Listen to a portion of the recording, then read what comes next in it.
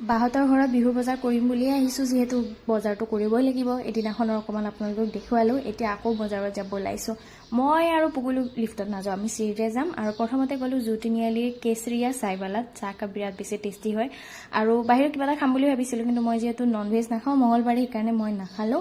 আৰু ইফালে পুকুলিক জুচ আনি দিলে, সিহঁতে জুচেই খালে। আৰু মই একো নাখাওঁ বুলি কোৱাত বাই ফ্ৰেঞ্চ ফ্ৰাইজ আনি দিলে, সম্পূৰ্ণ ভেজ যিহেতু। তথাপি মেও আছিলে, আৰু মেওটো নন ভেজ নহয় বাৰু, ভেজে হয় চাগে ন?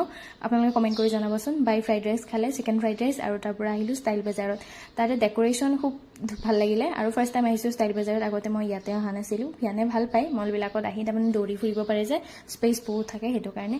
কালেকশ্যন বহুত ধুনীয়া আছিলে, কিন্তু মই বিচৰা ধৰণৰ নাপালোঁ। কেইটামান পালোঁ কিবা কিবি অলপ, মানে মোৰ কাৰণেই গৈছিলোঁ আচলতে, কিন্তু বিচৰা গোটেইখিনি নাপালোঁ। আৰু ইহঁতে পূৰা এনজয় কৰি আছে খেলা ধূলা।